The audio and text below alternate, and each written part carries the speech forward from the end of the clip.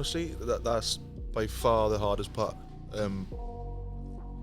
Having surgery and doing the rehab, you get led through it all, don't you? So I think what you don't get led through is the next part where you said the sort of what's in your head. Don't just talk it, walk it. Don't just talk it, walk it. Right, boss? Talk it, walk Good. Gareth Owen, how are you, brother? Not too bad, thanks. How are you feeling about this? A little bit anxious. Yeah. I haven't stood in front of a mic for a little while. Yeah, when's the last time you were on the mic? Oh God, 4 or 5 years ago. Playing days, is it? Playing? Yeah. Would you say you're a natural on the mic, or? Nope. No? One thing I've noticed about you since getting to know you from training and seeing you in the coffee shop and whatnot is, I mentioned it to you earlier, you seem a calm and collected guy. Always, nothing really seems to bother you. Your missus might say different, but... I'm sure she would have a different answer, but yeah, I think just being a little bit chilled is not such a bad thing. Yeah, like you said, just try not to be fazed by things you can't control and roll with it. Roll with it, man. Well, you're definitely rolling with it. Like, you had hell of a career considering the obstacles you've had, and you're kicking on in life, in business as well now, which is even better. But I kind of want to, I suppose, take it back all the way to the beginning with you, from that little valley boy. Who was your local team? My Stig Welsh. My Stig Welsh. So my Stig 4-7s. Yeah. 4-7s now. Yeah. So are they still there, or are they disbanded now? Yeah, I think they're still there. So the 4-7s have dropped down a few leagues. The senior team. There's still a junior section. But I think the competition throughout the valley, I think a lot of the clubs in the valley have also got junior sections as well.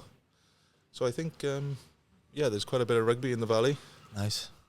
There's a lot of, there's some talent come out of the valleys as well. Not many of them leave Wales. You're probably one of a couple that have left the valleys and left Wales, ventured out. I think it's a bit of a Welsh thing, I guess. Like, Welsh people like to stay in Wales, and for me, I got to a point in my career where I didn't see Welsh caps or anything coming my way, and I wanted to go and explore what was to offer over the bridge.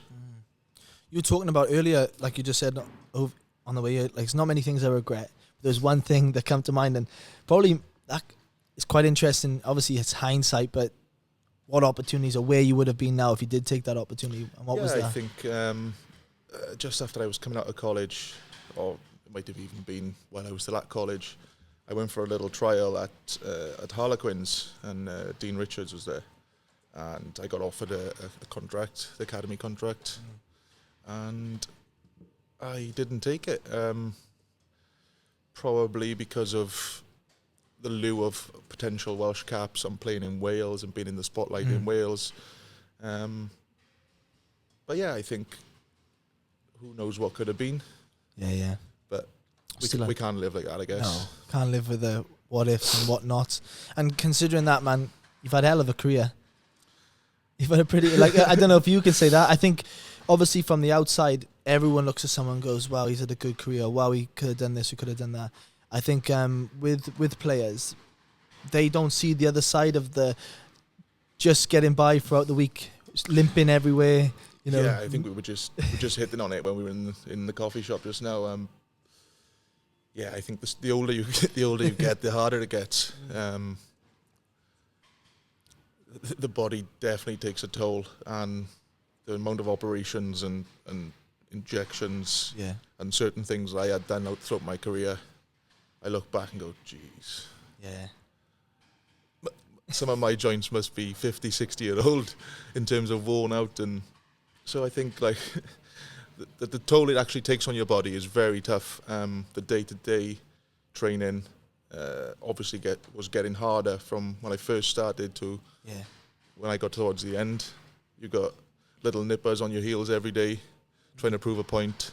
I think it does get a lot more difficult the older you got.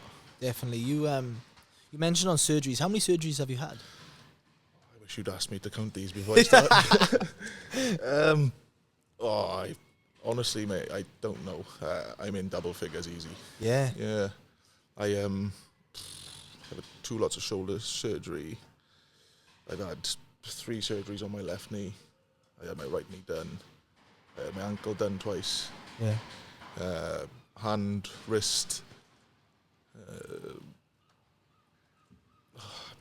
my groin done. You had your groin as well. Yeah. What did you have done with that? What was it? I actually had a sportsman's hernia. Yeah, yeah. And I had a Lloyd's release, which where they chop your nerves. Is that what they do? So you can't feel the pain. No pain. Wow. So, yeah, well, it seemed to work. When you were running and stuff, then you wasn't having No. any issue? Wow. No, I was back playing within 2.5, 3 weeks. Wow. Crazy. Because I had a groin injury. I had the osteopubis Yep. thing, and that was excruciating. Like, literally got to the Yeah. stage where I couldn't run. Yeah. I had to walk or couldn't do certain things. It was uncomfortable. And I had MRIs, had ultrasounds on it. They couldn't find nothing. And they mentioned about putting this mesh in there. Yeah. They didn't decide to do the mesh. They just like strengthen your core, strengthen your ass muscles, Yeah. and you'll be fine. And I was like going kind of crazy because I was doing everything, but then I couldn't run. You couldn't do the outcome, yeah. Well, mine was very similar. I can't remember the actual prognosis of what it was, but I was very similar. I was running and it was just in so much pain. Yeah. We actually played Leicester on a I think it was like a Friday night. Me and the physio went up to Leicester early that day. We went to see a surgeon, it's Mr. Lloyd in the Spire in Leicester. He said, "Yeah, you need surgery. We can do it. We can do it tomorrow." So I was like, "Okay, this is a bit crazy." Yeah. Come off the bench that night, had surgery the next day, and within 2.5 weeks I was back playing, and Wow. it was like, wow, this is just crazy because the amount of pain I was in Yeah. has just disappeared. It's mad to think they just nip a couple of nerves and you're good to go. Oh, I got a few of those in my body, mate. Yeah. I ripped something off my lat. The surgeon told me, you don't need that one.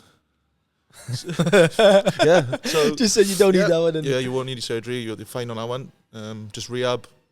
It won't reattach. Yeah, fine to go. Wow. So I think there's a few of those in the body.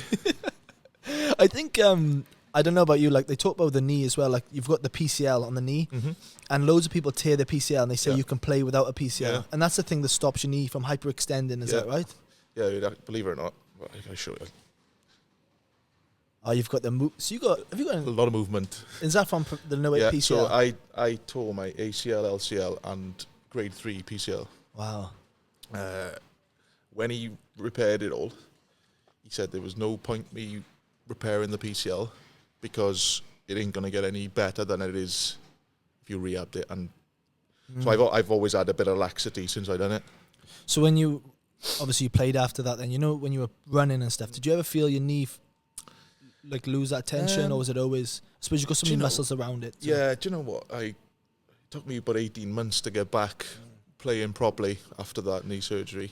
And I'd spent so much time rehabbing it. Yeah.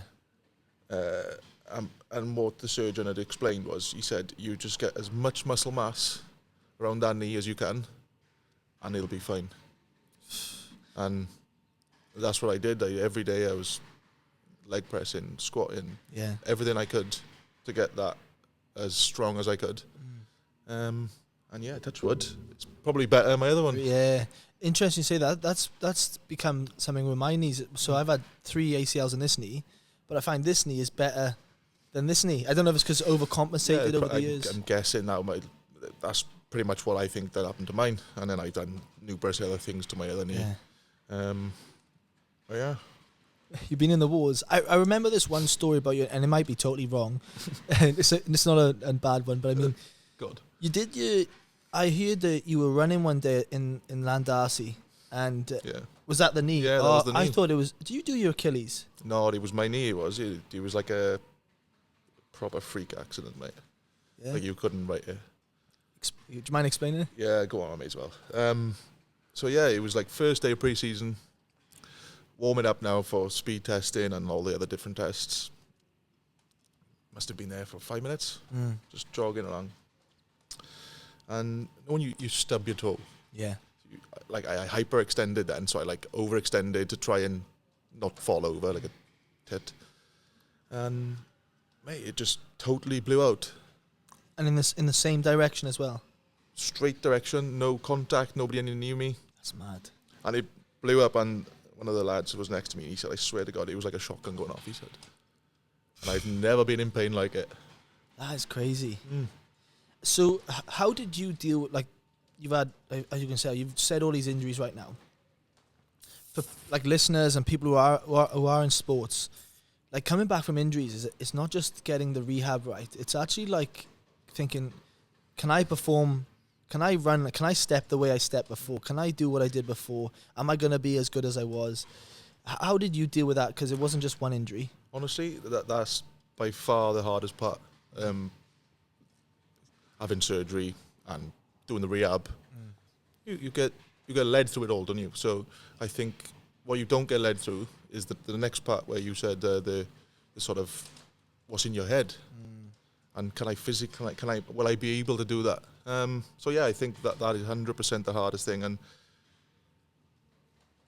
I always kind of thought, I knew I always had the ability to do what I needed to do, but I knew after I'd done my knee, I wasn't going to be as quick.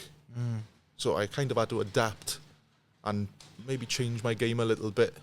So that took a little while.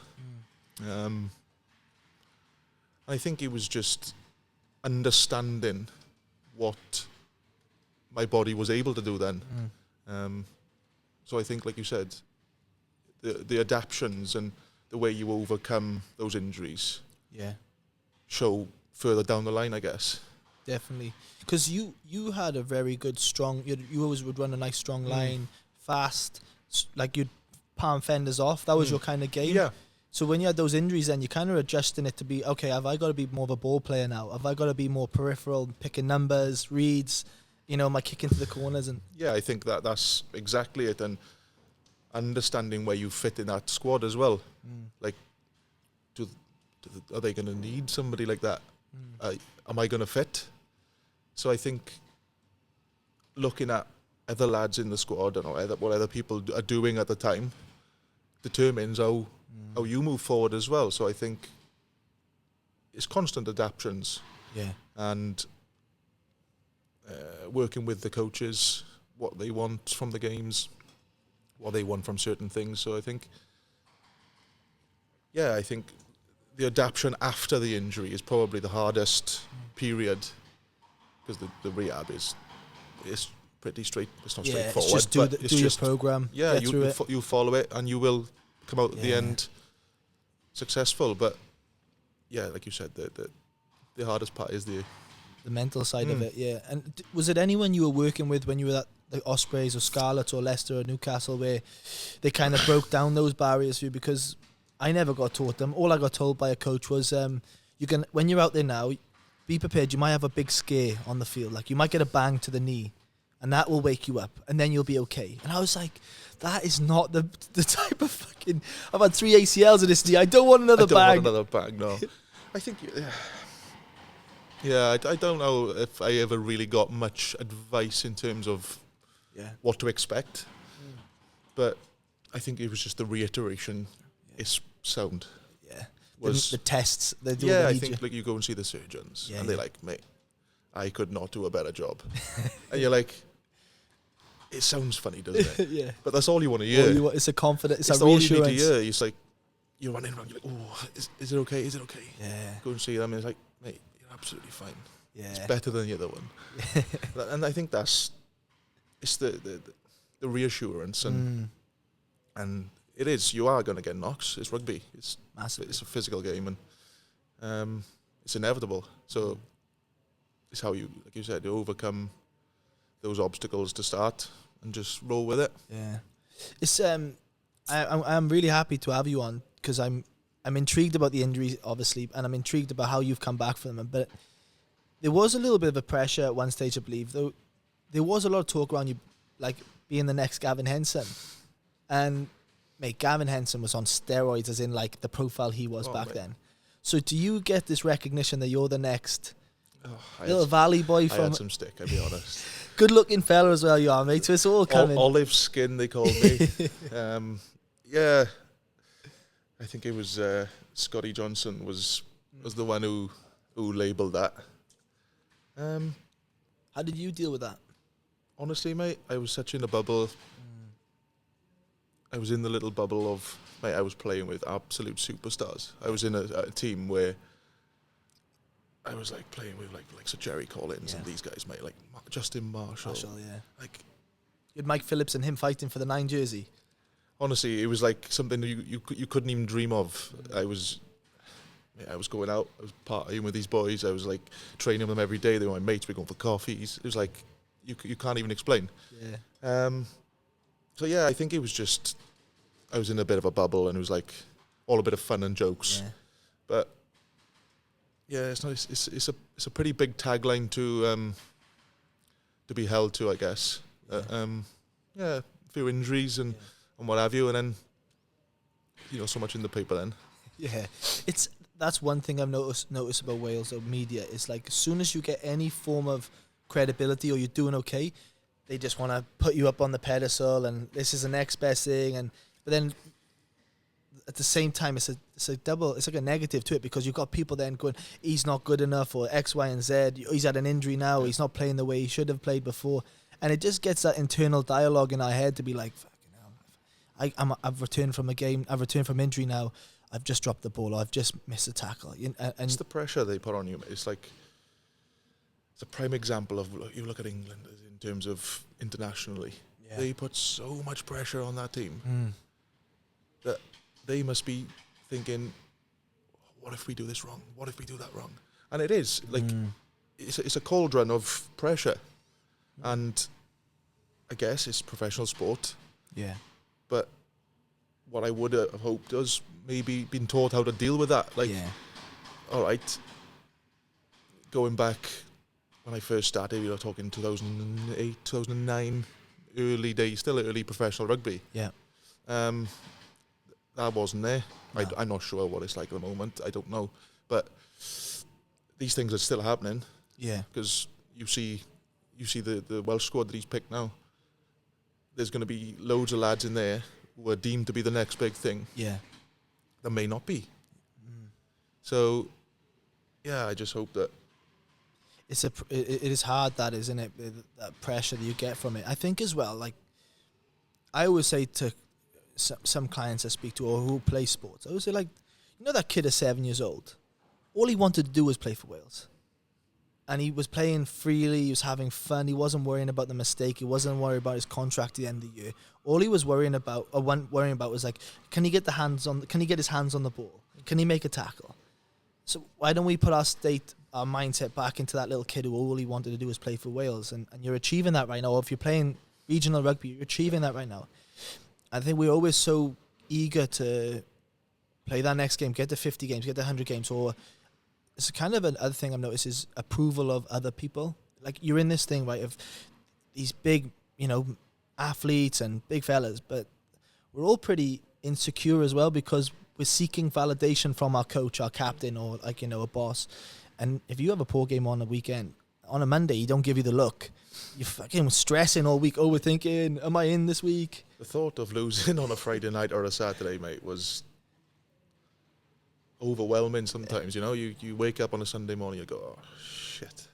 Video. The videos have been sent out. You're like, oh my god, I missed a couple of tackles. Yeah. Shit. And you turn up Monday and you're like, keep your head down. You go sit at the back of the room. You're like, and really, like, it's a game of sport. Game of sport. There's so many variables. There's so many things that can happen. And was it really a big thing that you missed that one tackle, or? It's not life or death. It's not, man. It's not. And I think when you're in it, it seems like it's life and death. Yeah. But really it isn't. And I think trying to be a little bit more chilled and a bit more like subjective, I guess, and not take it too, not serious, but all in proportion. 100%. Do you remember Sonny Bill? I think he was playing for New Zealand in the World Cup and they lost the final. I think it might have been France. And in the sheds after the game, I think the coaches asked every player, you know, how do they feel? And they were like, I'm devastated, I'm gutted, I'm upset, and I've ruined it, I made a mistake. And they went to Sonny Bill, and he was like, you know what, guys, like, it's just a game of rugby. You know, tomorrow I'm going to wake up, I've got kids to, nappies to wipe, I've got to live my life. This doesn't define who I am. This is just a part of me. And I remember hearing that, and I was like, wow, that's so profound, but so true as well. Yeah. Like, if there was no sport made in the world, right? We're still this person, same person. You know, we just blessed that you were good at this sport. You know, so it's quite interesting to think like that. And I've gone on a bit of a tangent there with it, but it's an interesting way to live life. I think it takes the pressure off people. I think that's exactly it. And the more we release the pressure, the more freely, and I think in all aspects of life, not just sport, I think it makes life so much easier. 100%. One thing I learned, right, so when I was in Australia, we were playing in a team, and the guy now, he plays for the Cowboys, Scott Drinkwater, and we would play a play, and he'd be out the back as like a block play, and he'd catch a ball as a foot, and he'd just fling a ball to the winger. No look, just fling it, right? And it would go straight into touch. And I thought, fuck, let's see how people react to this. And they were like, all good, mate, next job, do it again. They just influenced him to do it again. And I was thinking, okay, there's two ways maybe Welsh culture would go is, what the fuck are you doing? Play it safe, kick to the corner, or, you know, or like get to the set. But what they did, they enhanced that by going, it's okay, mate, the play was on, the pass was just poor.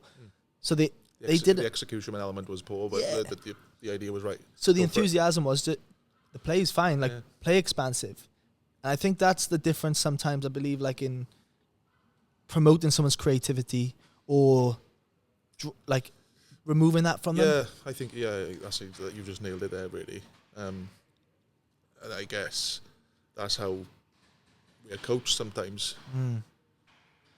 It's the least amount of risk versus reward, as opposed to you watch like some of the French teams play. The risk reward is probably the opposite way. Massively. But who's right and who's wrong? Yeah, it's how you look at it, innit? So what I will ask you then is at the same time, like with yourself, in your career, where did you feel more authentic to Gareth Owen on the field, or did you feel more like put in a box?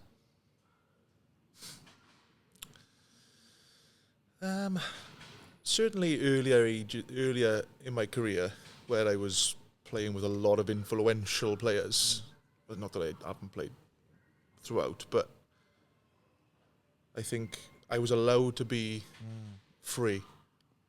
And I think that the older I got, the more regimented I think rugby got as well. So I think like he was like, right, this is how we play. Instead of going, right, well, this is how you play. We'll all like kind of work with it. I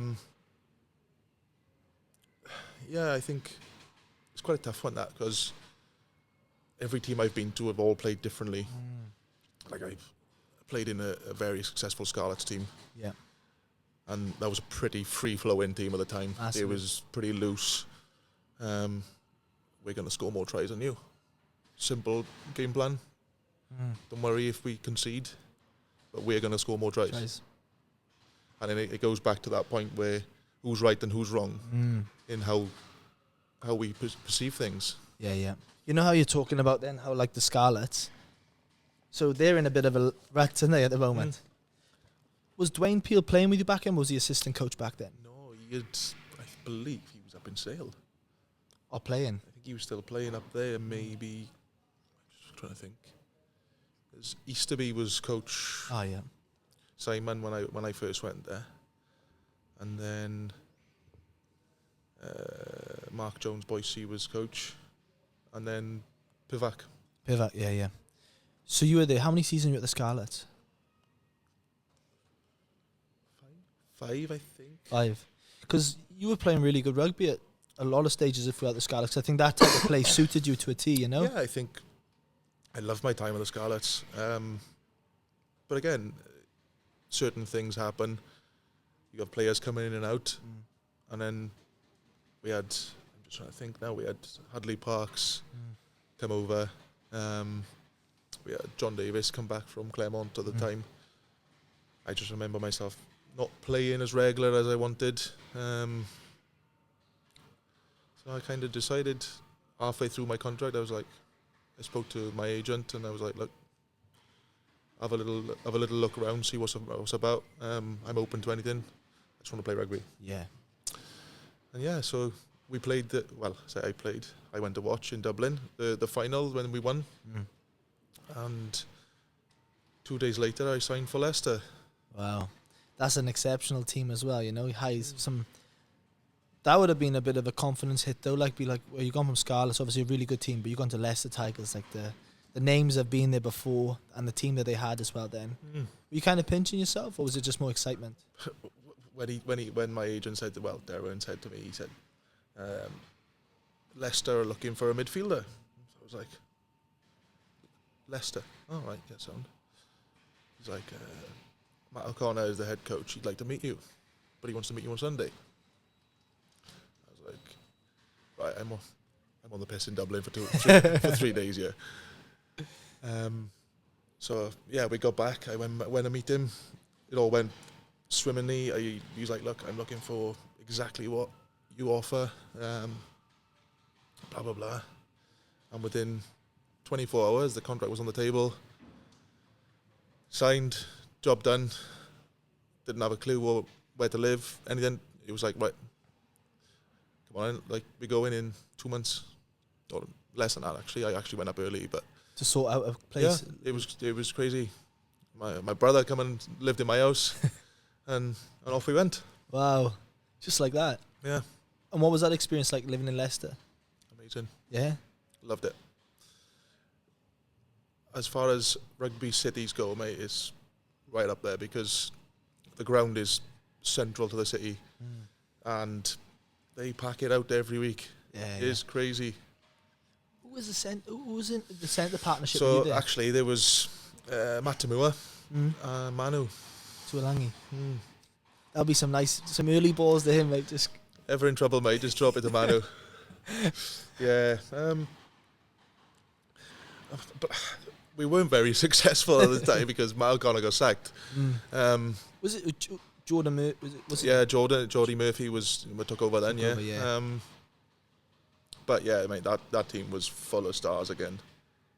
But yeah, I love my time. It was like Ellis Genge. Yeah. Like the Youngs brothers.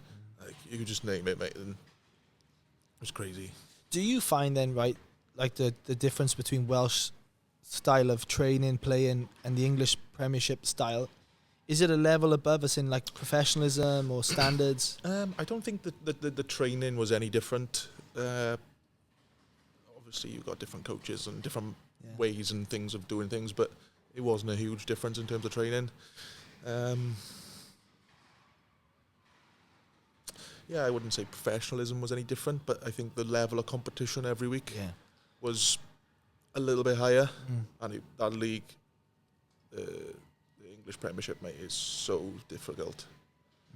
Every team is just so physical. The demand every week, mate, is like... I tried to explain to somebody the other day when we were talking about it. It's like going back to like Champions Cup, Heineken Cup every week. It matters so much because you got relegations, you got certain things, you got sponsors, you got all sorts to worry about.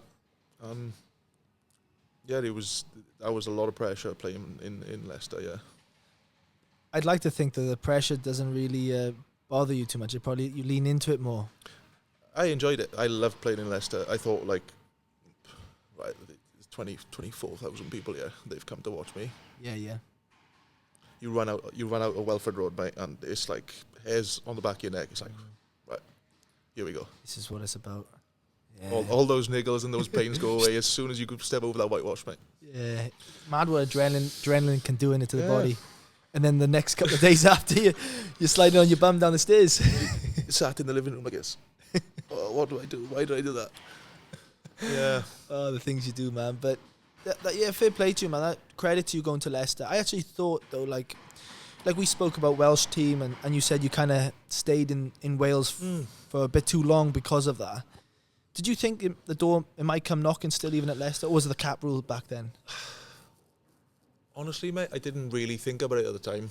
I was just looking for opportunity to play rugby, mate. Things had got a little bit stale, and what I didn't want to do was hang around and just be Gareth, the squad boy, just not doing a lot, just ticking along. So yeah, I wanted to kind of give my career the best chance of longevity and opportunities to go and play and do something different. Yeah. Like my family experienced Leicester and Newcastle for 4 years. Like it's good, isn't it? I think we might have spoken about this in the coffee shop once about going away. You kind of learn a bit about yourself as well, being away from normalities, some safety nets. Like, you know, if you're hungry, you just go to your mum and dad's house. You can't do that anymore. Like we had kids quite young, so like in terms of any babysitters, mate, it was like there wasn't any. Or if we needed a babysitter, it was like, Mum, can you come up? Yeah. Jump on a plane, fly up to Newcastle. And it's like, it wasn't like, oh Mum, I want to go up with the boys tomorrow. Can you pop around? So like, there was loads of things to adapt, and I think, it's just different. You do adapt. You do adapt for sure. I think, definitely. Even just the way people live. People live differently. I know it's not too far away, but they do. Yeah, of course you do. Of course you do. And we were in lockdown for majority of our time in Newcastle. Wow. And we loved it, mate, because we visited every beach possible. We went all the way up and down the coastline, and it was like a big holiday. Yeah. So after Leicester, you went to Newcastle, right? And that was 2 years. 2 years, yeah. And what was that experience like? Obviously, different dynamic to Leicester. Totally different.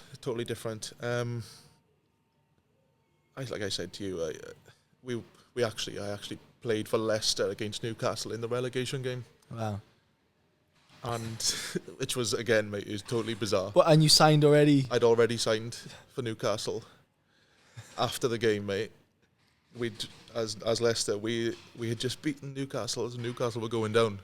So I knew, I was sat in the change room like, God, I'm going to be in the Championship next season. You've just everybody's on the beers, happy as Larry, and I'm just sat there and I'm like, oh, wow. Yeah. But, mate, it's sport, and I went out there with the thought process of winning, and nothing else. Everybody was asking, are you thinking about the Newcastle? I'm like, no, I play for Leicester. Yeah. I want to do my best, and that was that. And yeah, that was a bizarre experience, I'll be honest with you. I bet, man, I bet. Did you want to stay at Leicester longer, or was it not an option at the time? I did, but there was a lot of change going on. A lot of change. Yeah, we loved Leicester. We loved living in Leicester. It was completely different to home. But again, I think there was a lot going on, and I think we were just like, look. I think there was a lot in the background as well. Yeah, fair enough. So contracts were taking longer to happen, and it goes back to the pressure. And it's like, right, I got family and kids to think about. I got a lot going on. Yeah. I need a job. You just sort something out. I need something. And Dino came in with an offer to go to Newcastle. So yeah, didn't look back. No. It's funny though, like, you know, from the outside in, people always think, oh, they're on loads of money, rugby players are. But I feel like everyone has this sense of security, especially if you've got a family. You need this sense of, okay, well, I'm safe now for another year. I'm safe for another 2 years, you know, and especially when it's coming to the end of the season and things are not happening, you're like, all right, okay, looks like it's compounding the pressure. Yeah, exactly, mate, exactly. Yeah, I think that is a big bugbear of mine in rugby. Like, contracts are very short. Yeah. You look at footballers, mate, and they're like 6-7 year contracts. All right, totally different entity, but it's hard. Yeah. Like you get through your first year, everything goes well. You're going into that second year, you're like, right, I need to do something now because I need another job. Yeah, for sure. And there's extra pressure again. It's hard. Like Yeah, I it get is you. hard, and you need to express that daily as well. It's not just on a Saturday. Yeah. I know what you're saying. So, reflecting on your career, you played for Wales Sevens as well, 19s and 20s. Who were someone in your career that kind of gave you the best advice, or something that is like planted with you that you kind of took with you?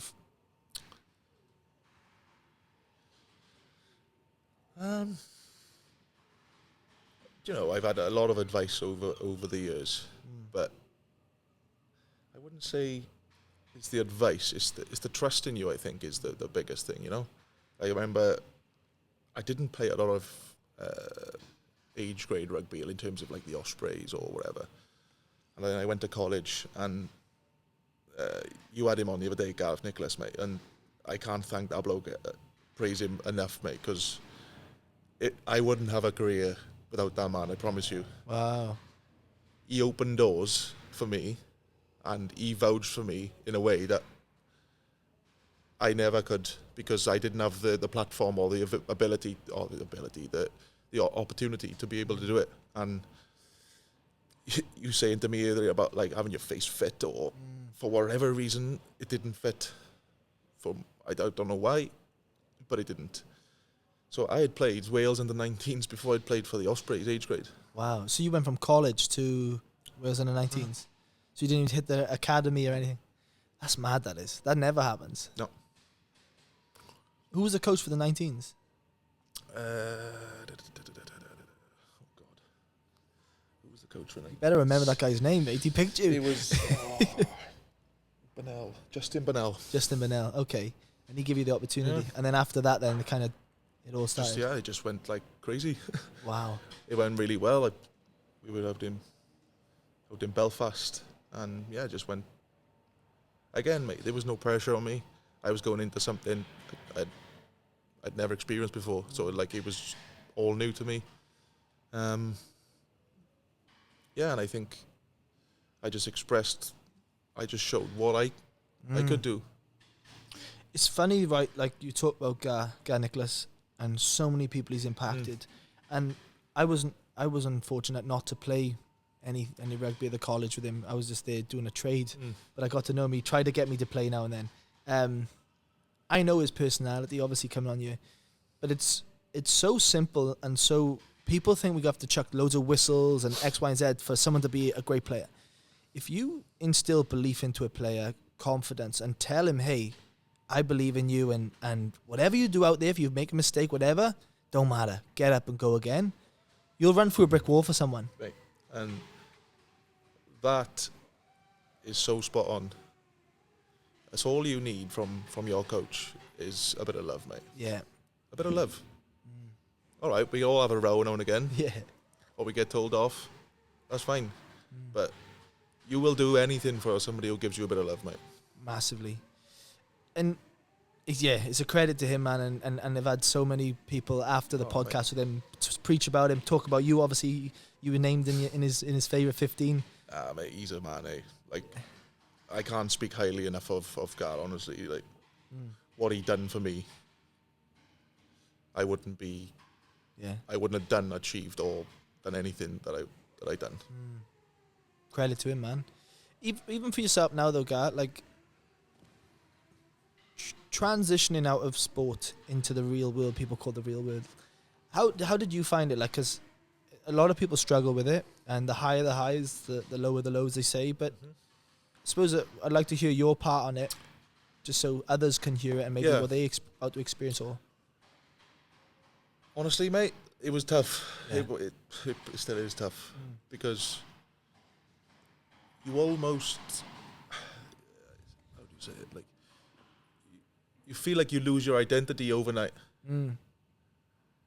On, I think it was like the 28th of May, 21 or 22 when I finished.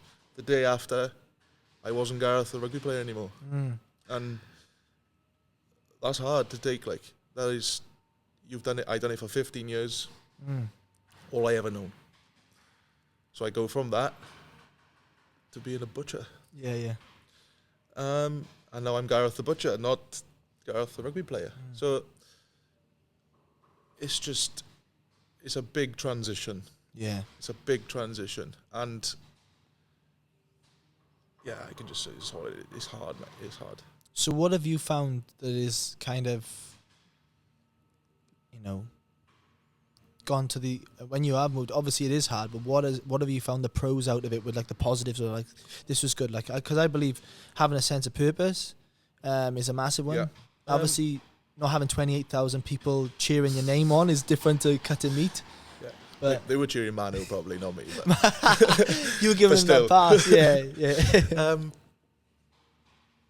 Yeah, I think for me it was the day I finished rugby was the day I finished rugby. I wasn't going to go and play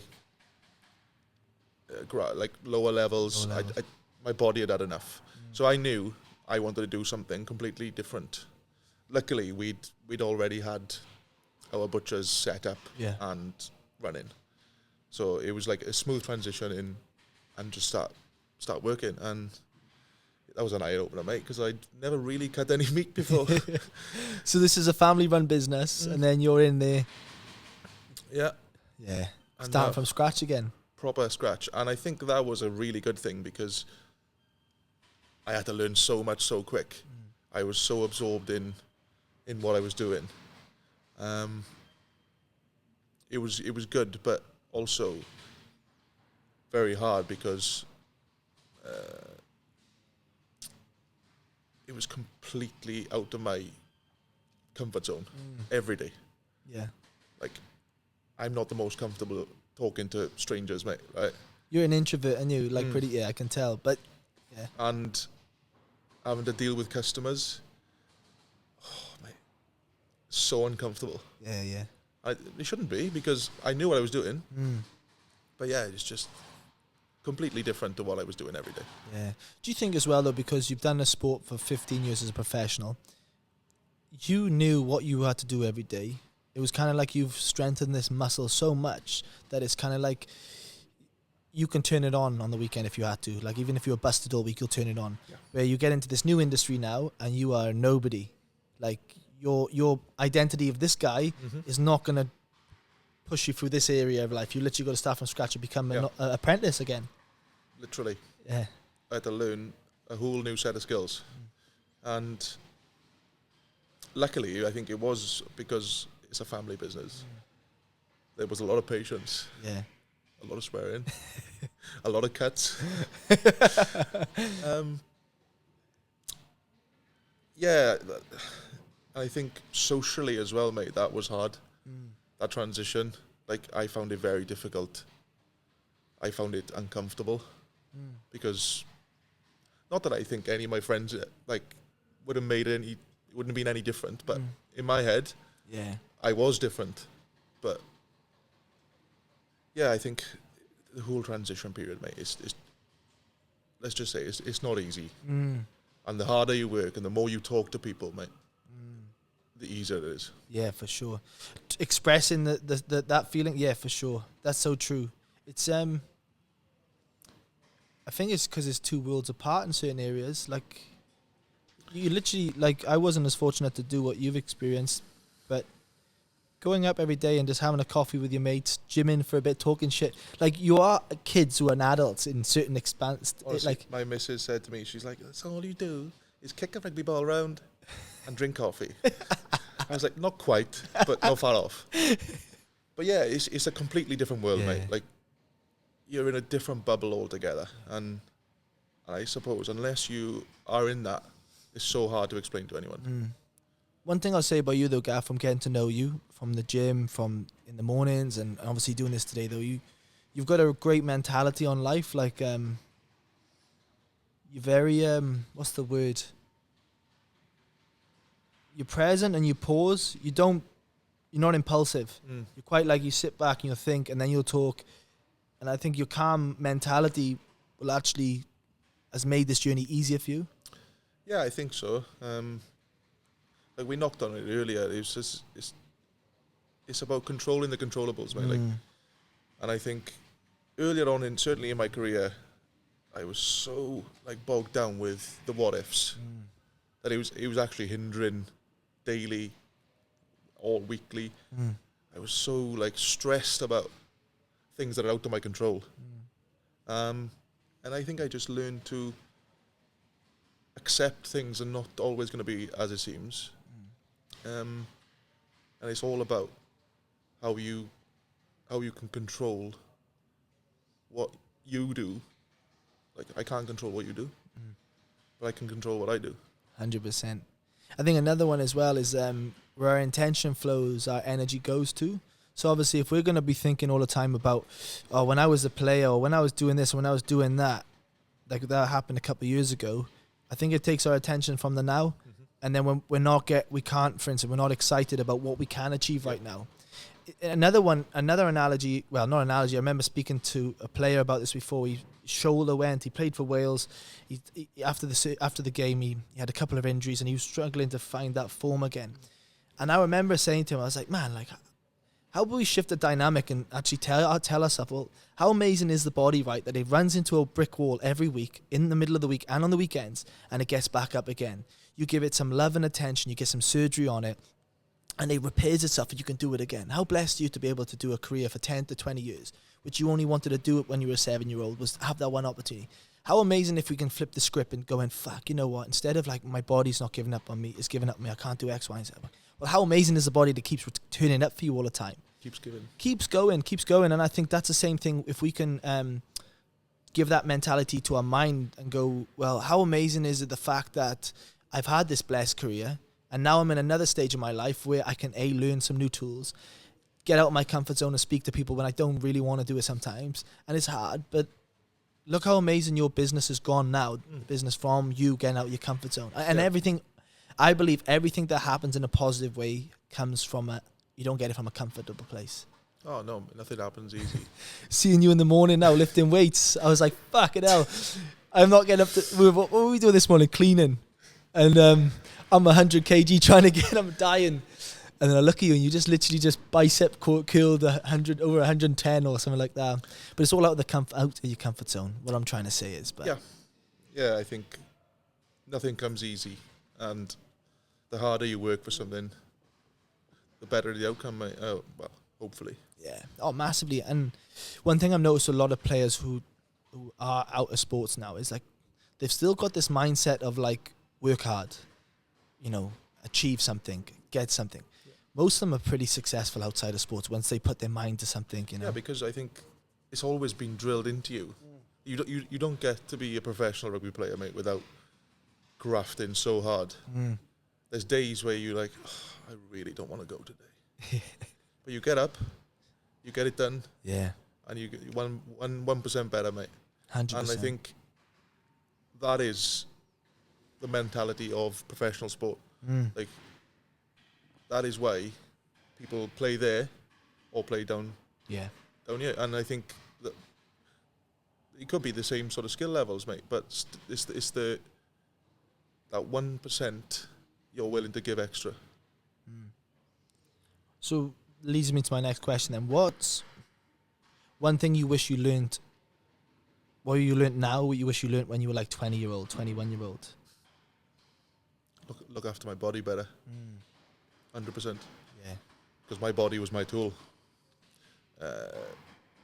Looking back, it's very easy to neglect recoveries, massages, just extra like hamstring work, simple stuff, mate, that would have paid dividends when I was really needed it.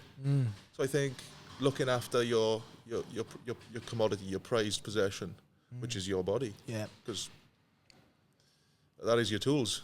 1,000%. I likewise. When you're young, you bounce back. You don't have to do rehab. You don't have to do warm up properly. You just kick a ball, stop booting a ball. Invincible, mate. Yeah. And then all of a sudden you get one niggle, then another niggle, and it's a rolling effect. Then, So I don't know about you, but I remember having this injection in my knee. It was like a lubricated gel. Have you ever heard that? Where they literally, I remember the doctor put it into my knee when I did my first ACL, and he was like, "This will just help any like pain, and it'll give it fluid in it, little like a rusty man I was." But I remember he said that'll last for 6 months. It did help, and then moving on, I had cortisone injections. I'm sure you've had those as well, and tramadol, which we spoke about. It's like we spoke about earlier. It's crazy to think reflecting now you're outside of the bubble, like what you put your body through to turn up on a Saturday. Yeah, it's crazy. Like, obviously being out of it for a few years now, I'm like, some of the things that I've done over my career, I was like, wow. Yeah. Yeah, some things are probably better not say. Yeah. But yeah, mate, like, I remember breaking my ribs. And the next week, it was like, right, local anaesthetic, big pile of bubble wrap, boof, off you go. and it's like, yeah, go on, go for it. Yeah. Now I look back and go, what was I doing? What was I thinking? Yeah. Even now, when I played in the World Cup, we played Tonga. At the end of the game, one of the props, I passed the ball, one of the props just hit me sideline. I did my AC joint. It was a pretty bad one. I literally couldn't lift my arm all week, couldn't pass the ball. They go, we got P&G the last game of the pool game. Like, we need you to play. I really wanted to play, but I knew I just couldn't pass. Like, I literally couldn't do this. Anyways, like, it's fine, don't train this week. We'll jab you up on the day. And literally, like, this jab lasted like half an hour. And they got a big P&G guy running straight at me. I just remember thinking, what am I doing? Like, I literally couldn't lift my arm after half time. My arm was staying down the whole time. I was like, I'm a half back and I need my hands. But the things you do, innit? Yeah, the things you do, like you said, yeah, mate. But it's all about winning. It is. Like, you're in that mentality, you're in that bubble. You will do anything that's going to help or win. It just is what it is, and that's your mindset. Yeah. Like, you bump, you get hurt. Like, it's like, right, unless I'm being carried off. Yeah. Leave me out there. It is, isn't it? Like, you're actually telling the physio to piss off. Yeah, man.